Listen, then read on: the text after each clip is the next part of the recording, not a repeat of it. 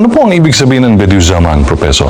Ibig sabihin nito ay ang pinakamahusay sa kanyang panahon, ang kagandahan ng panahon, o ang natatangi sa kanyang panahon. Ang bansag na ito ay ibinigay sa kanya ng isa sa kanyang mga guro. Noong panahon yon, sa tingin ko ay noong dekada 1890, mga 92 o 93, ipinanganak siya noong 1876. Banggitin na rin natin habang narito tayo. Opo, at sa Nayon ng Nurs. Pinanganak siya sa Nayon ng Nurs sa distrito ng Hizan sa Bitlis. Nagsimula siyang mag-aral sa edad na 8 at sa bawat madrasa na pinuntahan niya, nananatili lang kanya ng ilang linggo o ilang buwan. Ang pinakamatagal niyang pananatili para mag-aral sa isang madrasa ay 3 buwan lang. Okay ba yan? Bakit hindi siya nanatili ng matagal ng Yan sumusunod? nga sana ipaliliwanag ko. Dahil ang talino at memorya sa pinakamataas na antas ay bihirang makita sa iisang tao. Kaya ibinigay sa kanya ang bansag na Bediüzzaman. Na kabisado niya ang 70 aklat. Sa katunayan, binanggit mo rin yan sa isa sa iyong mga panayam.